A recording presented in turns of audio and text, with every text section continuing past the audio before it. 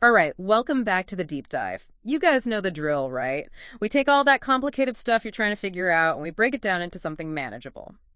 This time around, we're going to be tackling the IELTS Speaking Part 2, which a lot of you have been asking about. We've got our hands on some super helpful stuff. Band 9 sample answers, the questions themselves, and a breakdown of why these answers work so well. Yeah, exactly. Think of it like a cheat sheet for nailing effective communication, not just for IELTS, but for like any time you need to get your point across clearly and convincingly. It's like we're going to reverse engineer speaking success or something. Exactly. So we're going to dive into 4 specific IELTS Speaking Part 2 questions and really pick apart these model answers to see what makes them so good. Yeah, we're going to look at how to describe something you're really passionate about, how to talk about a tough choice you had to make, how to discuss a book that really impacted you, and how to describe like a really impressive public event you went to. Okay, so first up, describe a hobby or pastime you are passionate about. The question wants you to talk about what the hobby is, how often you do it, what you enjoy about it, and how it's influenced your life. Right. So here's an example of a Band 9 answer. One hobby that truly ignites my enthusiasm is photography. It's something I kind of stumbled upon in my teenage years, and it quickly became this like vital creative outlet for me. I really try to keep my camera with me all the time, and my weekends often involve going out and finding new places to photograph and just, capturing these spontaneous moments. Mm-hmm. For me, the real joy of photography is that it lets you see the world in a new way. Mm-hmm. You can basically freeze these fleeting moments in time with, just a click of a button. Wow. And over the years, this passion has, in a subtle way, but really significantly, sharpened my ability to observe things, made me appreciate the beauty that's all around us even more, and even led to some unexpected freelance work opportunities, which has really boosted my self-confidence. Okay, so what makes this a Band 9 answer? Like, what are the magic ingredients here? Well, first of all, the structure is super clear, and it flows really naturally. The seeker takes you on a journey from discovering the hobby to how it continues to affect their life. They hit all the main points of the question without sounding, robotic or rehearsed.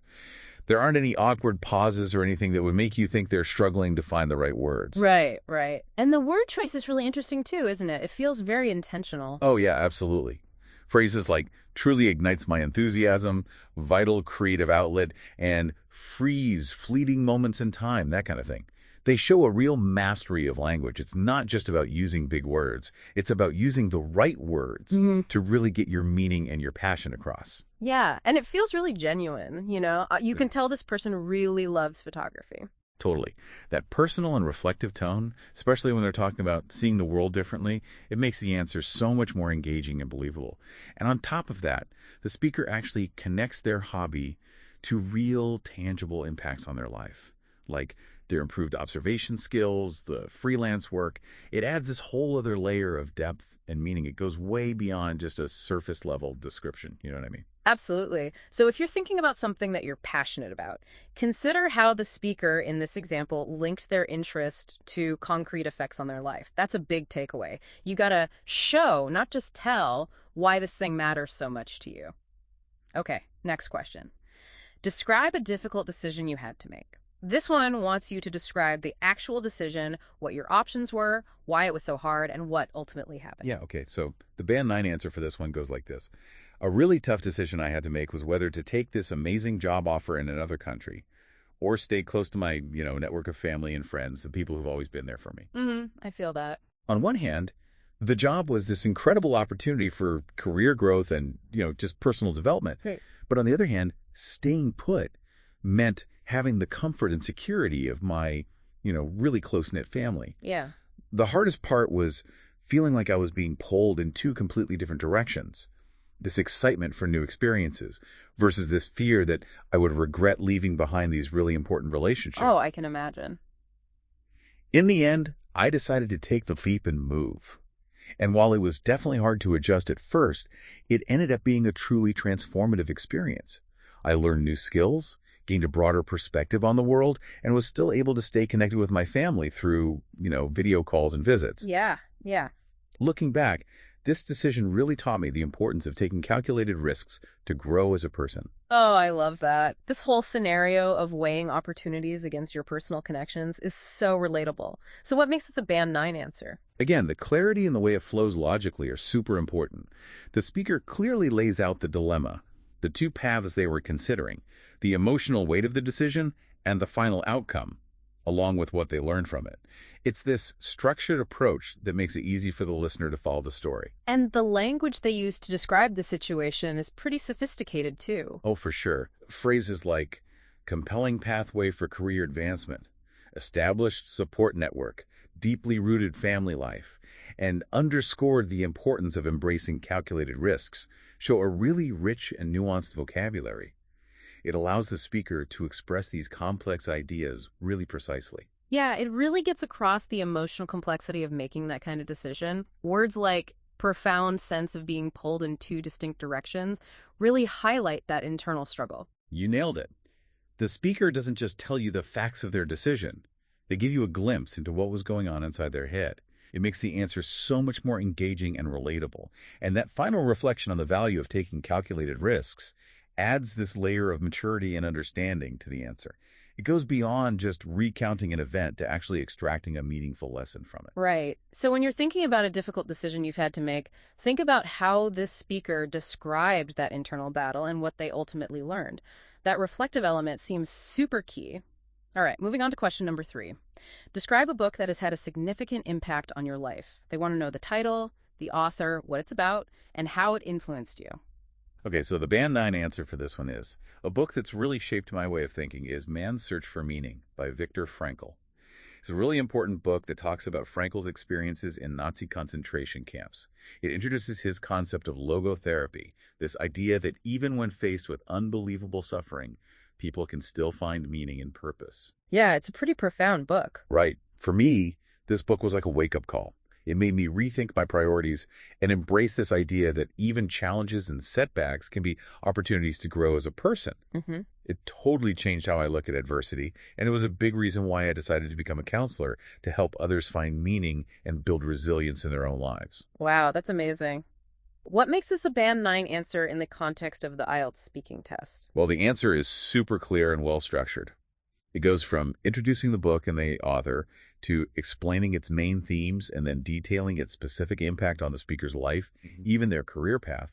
The progression is logical and easy to follow. And once again, the vocabulary is really advanced and precise. Definitely. Terms like profoundly shaped my outlook, seminal work, harrowing experiences, psychological framework of logotherapy, and powerful catalysts are sophisticated and used in a way that makes sense when you're talking about such a serious and influential book. It shows that the speaker has a strong grasp of academic language. Yeah, you can really tell they understand the book's core ideas and how those ideas resonated with them personally. Exactly. They don't just say they read it and enjoyed it. They explain how it changed their perspective and actually influenced the choices they made in life. That kind of thoughtful reflection, linking the book's themes to their own personal growth, that's a hallmark of a high-scoring answer. The phrase, crucial opportunities for personal development, is a great example of how they sum up a key takeaway. Right, so if there's a book that's really stuck with you, pay attention to how this speaker connected the book's main ideas to their own journey and growth. That connection is key. All right, last question for this deep dive. Describe an impressive public event that you have attended. They want you to talk about what the event was, where it took place, who you went with, and why it left such a lasting impression on you. So here's the Band 9 answer for this one. One event that I'll never forget is this live classical music concert I went to. It was held in this historical opera house in Vienna. I went with some colleagues from work, and I was just blown away by how grand the venue was. The intricate Baroque architecture and the really opulent decor were just mesmerizing. Oh, wow. I can only imagine. Right.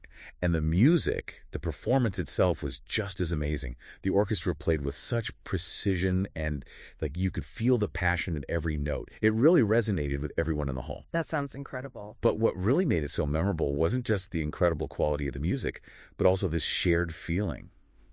Among everyone in the audience, this feeling of shared emotion and cultural appreciation. Yeah, like a collective experience. Yeah, exactly. It was this powerful reminder of how art can bring people together and elevate the human spirit. That's beautiful. This answer paints such a vivid picture of this amazing experience. What are the things that make this a Band 9 answer? Well, the speaker gives you this rich, detailed description of the event, covering everything from the physical space to the performance itself and the overall vibe.